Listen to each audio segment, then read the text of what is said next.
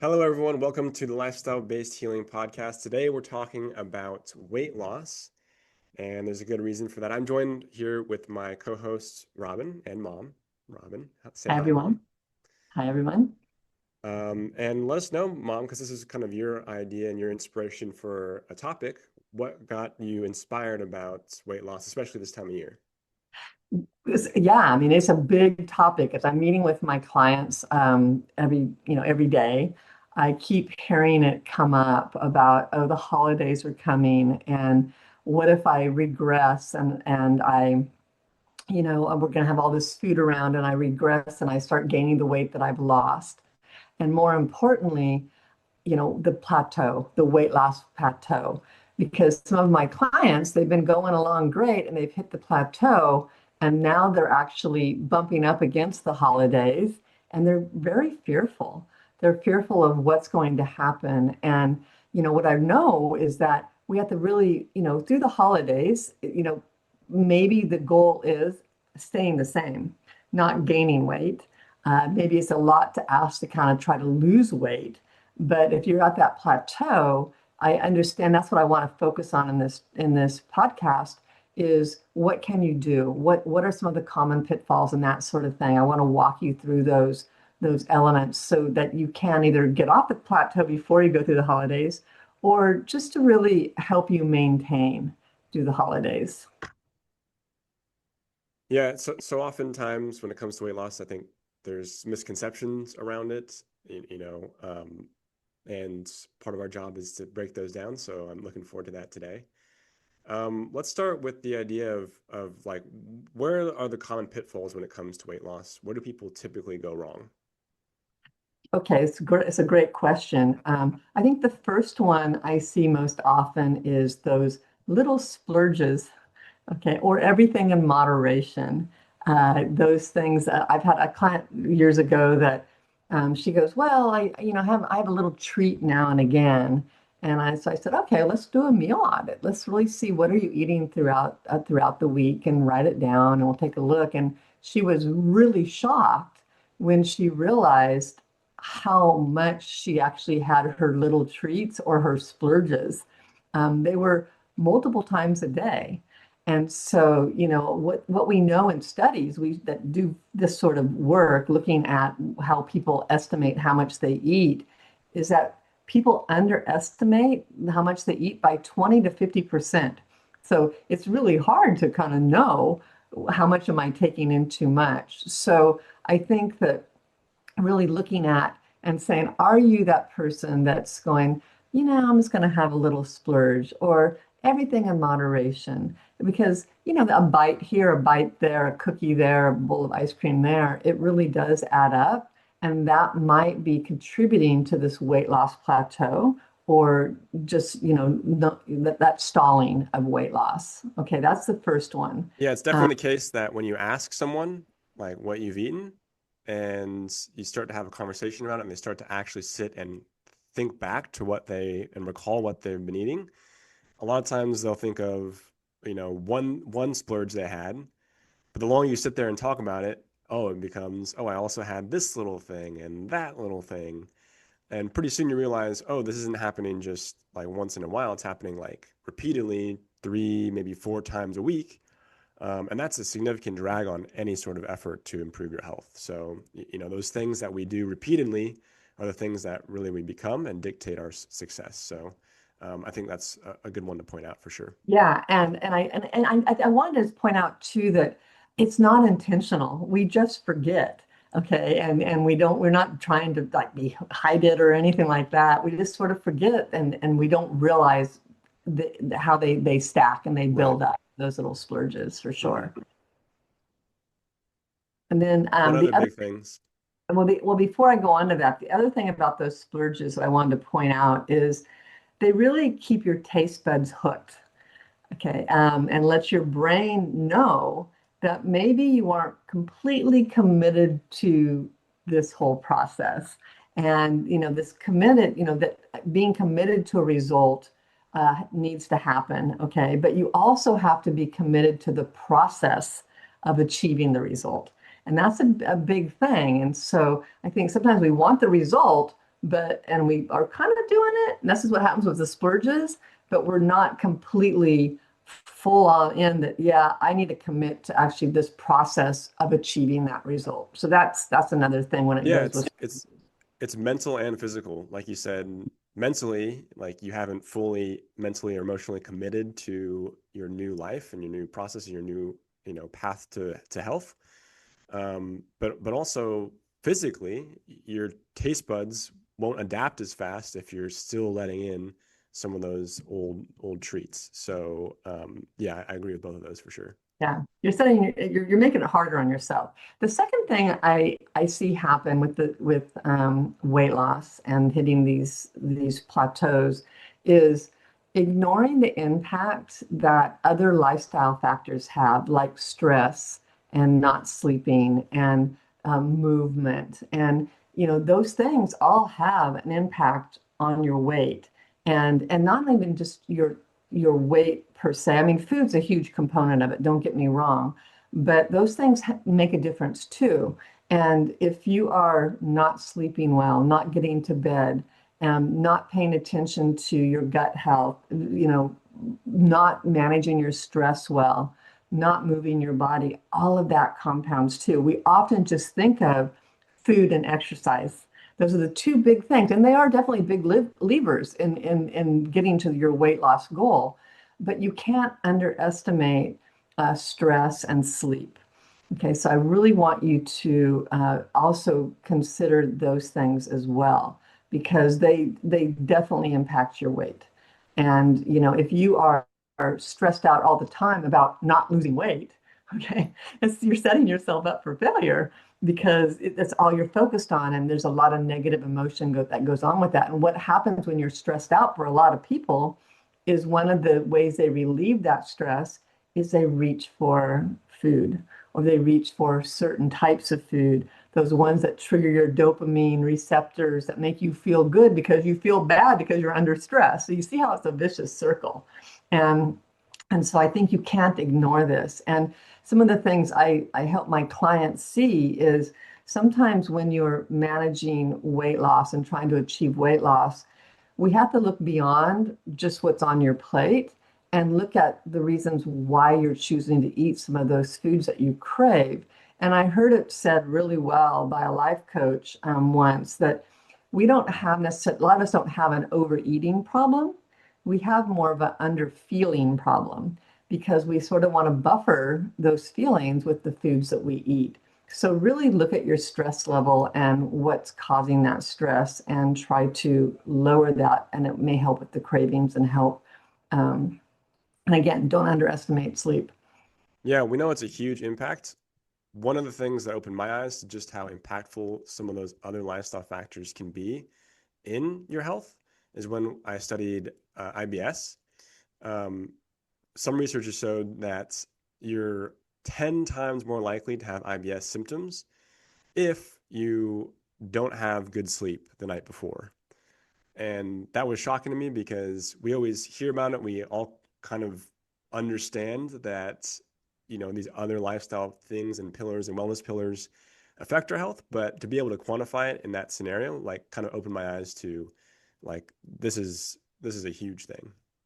Yeah, sleep is huge. And of course, so those other factors, they all kind of get grouped together, but they're very significant. Just because you group them in one side of all these other lifestyle factors does not mean that they're not important. They're all important. And so that's why, we want to bring them up and pay attention to them and really start working toward managing them to help you get off that weight loss plateau. Yeah, absolutely. So what else? The other thing I think that I see a lot that happens is we we fall back into our dieting habits. So a lot of the people that I work with, and maybe some of the people listening, have done diets before. And when they start being fearful when the pounds don't come off, or they're afraid of regaining the weight because that's what's happened so often for them. And so what do we do is we start going back to the dieting mentality of smaller portions, eating less, avoiding carbohydrates is a big one. Carbs are so villainized. And it makes sense because in your mind, it's like, well, if food's making me gain weight or not lose weight, then it makes sense I should eat less food. Absolutely. I understand the rationale. But what you don't realize is that, you know, eating is not the actual portion size that makes a difference. It's the type of food.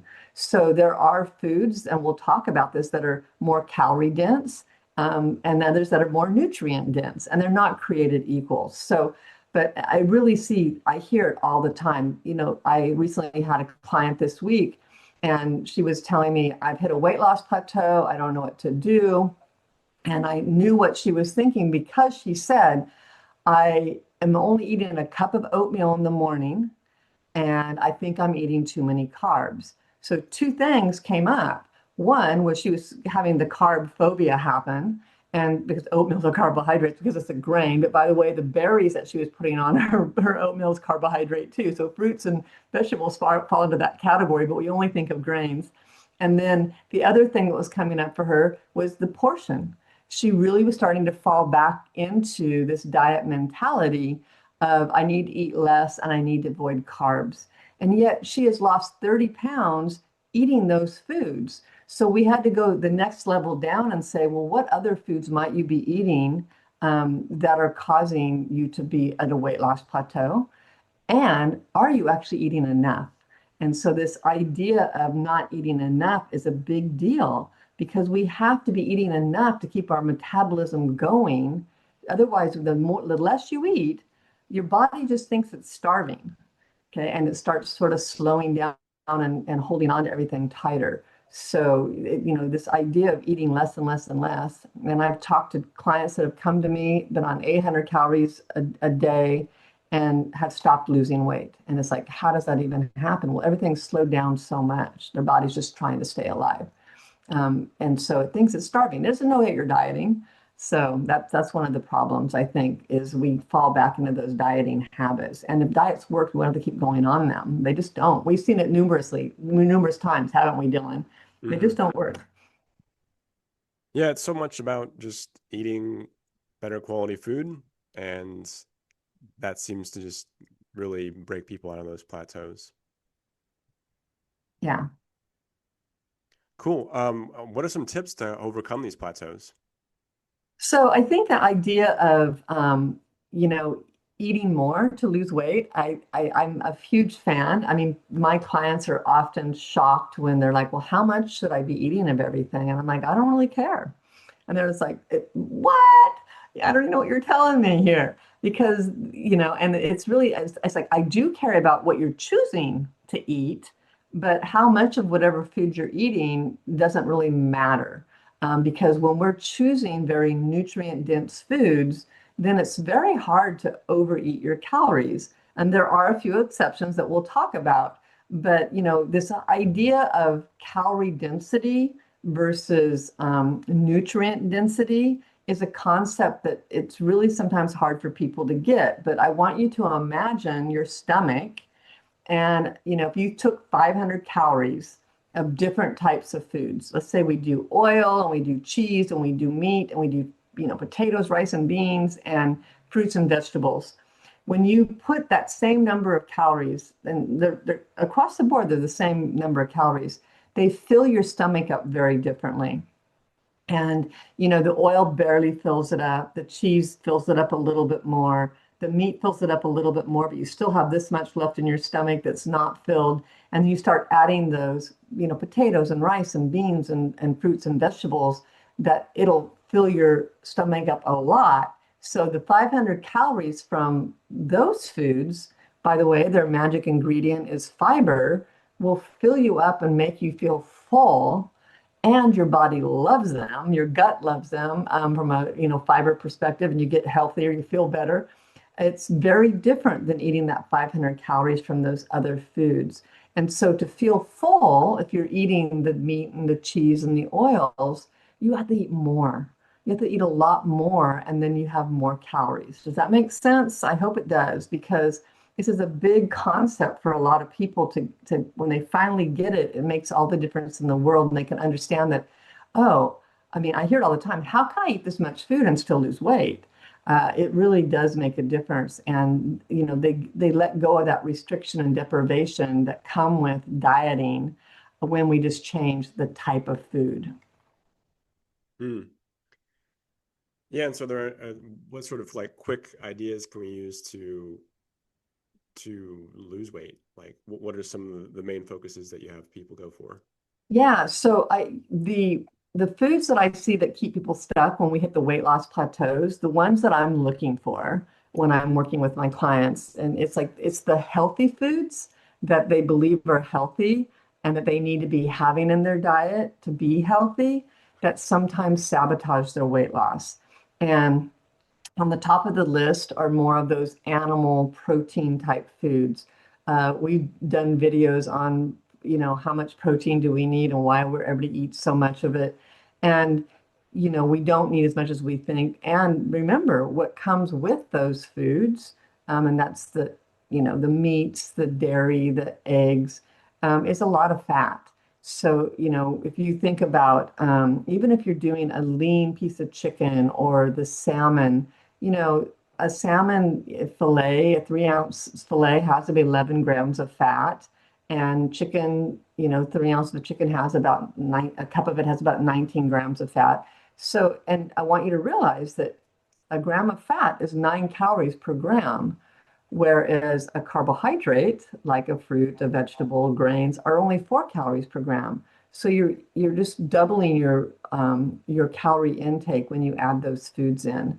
And so, when we start really saying, how are those coming in? I had a client recently, she'd been losing steadily 1 to 2 pounds a week, and then it just stalled.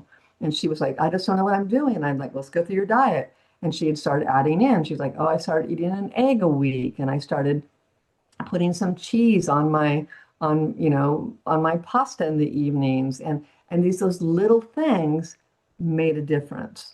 And so this is what I want people to realize is that she had cut all that stuff out, and they had worked their way in, and they were starting to make a difference with her weight loss trajectory. The other things are oils. Olive oil is a big one. People, they add it thinking it's healthy, and it's better. It's better than animal fats by all means, but just know that there's still saturated fat in it. And it's the saturated fat that we find, the animal products, the saturated fats that we find in even the vegetable oils that are really not good for our health.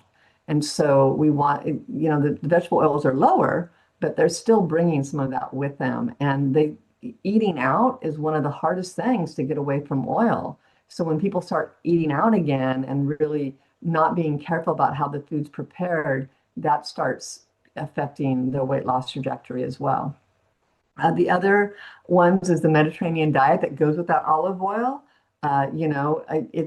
They've done studies and shown that it helps your heart. It's better for your heart health because you're swapping out some of those oils, but it doesn't necessarily help you lose weight. And that's what they kind of lean into that, and then they wonder why they don't have a weight loss. The big one, though, the two big ones, I should say, are avocados. And people are like, what? I love my avocados. A typical avocado has 20 grams of fat. And you compare that to an apple, because an avocado is a fruit, where an apple has about zero point 0.2 grams of fat. And it's really easy to overeat avocado. And those, again, 9 calories per gram. So if you're adding avocado in because you think you need to add good fats, remember, okay, are the good fats better than no fat? Because when it comes to calories and to health, because you always have to compare, what are you comparing it to? Are you comparing it to lard and butter? Yeah, it's way better than that. But compared to nothing, especially calorically, is it a better option? And I would say yes. So look at how you're using avocados. And the other one is coconut oil. A lot of people will lean into vegan foods, vegan cheeses, the food substitutes like that, and they're really high in coconut oil. And coconut oil is super high in saturated fat.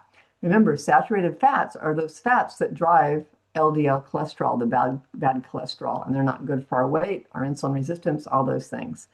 I think the last three would be gluten-free foods. if you don't have to be gluten-free, a lot they don't. I think I would encourage you to avoid them and go into more of a whole grain because when you're eating gluten-free, and there's a lot of great gluten-free pastas out now, you maybe aren't getting some of their nutrients that you need. Artificial sweeteners is a big one. Sugar is really only 4 calories per gram, yet we want to, people always lean into the artificial sweeteners, and they're so hyper sweet. Again, going back to that, Dylan, where it keeps your taste buds really hooked. And so, maybe just try to dial back that a little bit. And it's not good for our gut health either, the artificial sweeteners. And then alcohol. How are you using alcohol?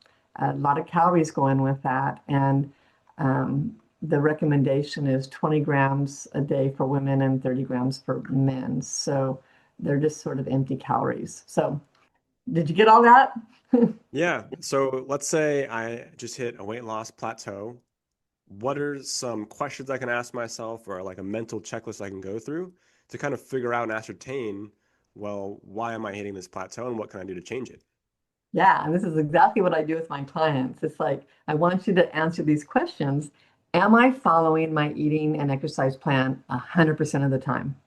Okay. Are those splurges happening, right? Really look at that and see, and be honest with yourself, rate yourself on a scale of 1 to 10. How am I doing? Am I moving daily? You can't discount movement.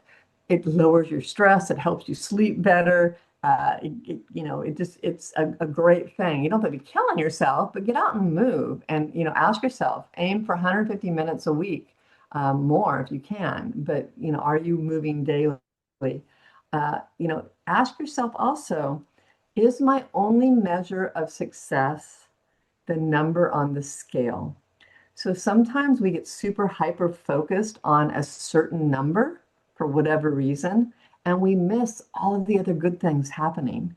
Like your energies come back, you're sleeping better, your bowel movements are better, your acid reflux goes away, and you've lost a few pounds, but it's not as low as you want. We get hyper focused on that. So really look at the other good things that might be happening that you Yeah. might be unaware of. One thing with that, I think it's indicative also, like weight can also be a symptom of your Mhm. problem. And so if you focus too much on what's happening with the scale, a lot of times we can look past some of the things that might be actually root causes to why that weight is still sticking. Yeah. Yeah, isn't it? You have coached one of our clients to put her scale in the garage, Dylan, so she wouldn't stand on it. Yeah, that's true because in that case, the root cause of the weight what was largely due to just the amount of stress she had about jumping on the scale every day, Yeah, and wondering if it was going to be higher or lower, or if it was, even 1 pound higher, half a pound higher, she would just self-sabotage and it would lead her into a spiral. So yeah, yeah, 100%, the scale can actually itself be a root cause. right. And then the other thing we talked about a little bit earlier was eating too few calories. So ask yourself, really look at, am I eating throughout the day? Am I eating regular meals? Am I feeling full? Am I feeling nourished? Or am I really starting to measure my food and am I cutting back when before I wasn't? Okay, and so that's a really a good measure as well. And your appetite's going to ebb and flow, but listen to your appetite. If you're hungry, feed your body. Just choose good foods. Choose the foods that are really going to nourish it well, and don't let your hunger sort of guide you on how much you're going to eat. And then take that list that we just gave you. Are you consuming the healthy, good fat foods? And are you doing over consuming those? You might need to set them aside for a little while. It doesn't mean you can never have an avocado, but maybe we just need to sort of get you boosted, moving off of this plateau, that then you can actually add them back in again. Because, a few slices of avocado on your chili beans or in your taco is very different than like putting whole avocados in your morning smoothie. All right, so just kind of look at how much you're doing, and then I would say do a meal audit. It's a great thing. I just write it down, see how many servings of everything you're eating, and it's just a great way to kind of see where you are. Yeah, tell me a little bit more about how to do a meal audit. Yeah, what I like to do is I just take a piece of paper and you have your breakfast and you put down, for our clients, what I have them do is I say, have you gotten a vegetable in at every meal? And look and see if you have. Have you, how often did you eat an animal products? How often did you eat added oils? How often did you eat, sweets? But more importantly, those things are good, but it's also like how often are you eating these things we want you to be eating? Because when you're eating the foods we want you to be eating, like beans and lentils and fruits and vegetables and whole grains, those things actually will take up the space. We have less room to eat those other things. So you just write it down and then you look and see, but really look with a discerning eye and see where are the oils and fats coming in. 9 calories per gram, my friends. So just make sure that those aren't sneaking in, and maybe you're eating out more often. That's another thing you can list on there. And definitely chart how much your hydration is and how you're moving and how you're sleeping. All of those things. Do it for 3 days. See where you are. Cool. I think that's about it. Is there anything else you Yeah. wanted to add?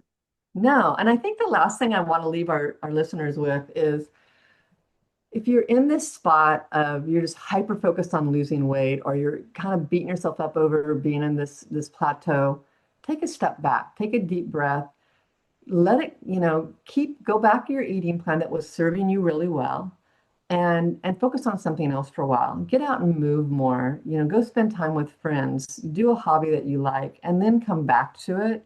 Because like you meant the client you mentioned, sometimes the stress of things not working doesn't help you. And so we have to change our direct, change our focus a little bit to kind of revamp and come back. Doesn't mean you go to Baskin Robbins, don't get me wrong, but it does, definitely take, let it down and say, okay, right now, maybe my body's just going to stay at this weight. It's not the end of the world. Okay. Awesome. If you guys out there want more information on weight loss or health in general, you can find us on these channels. So subscribe wherever you're hearing this. You can also like this content. Let us know that you enjoyed it. You can also find us at therevitalizecenter.com. If you want further help and resources, you can find them there. That's all for today. We'll see you guys in the next one. Thank you so Bye, much. everyone.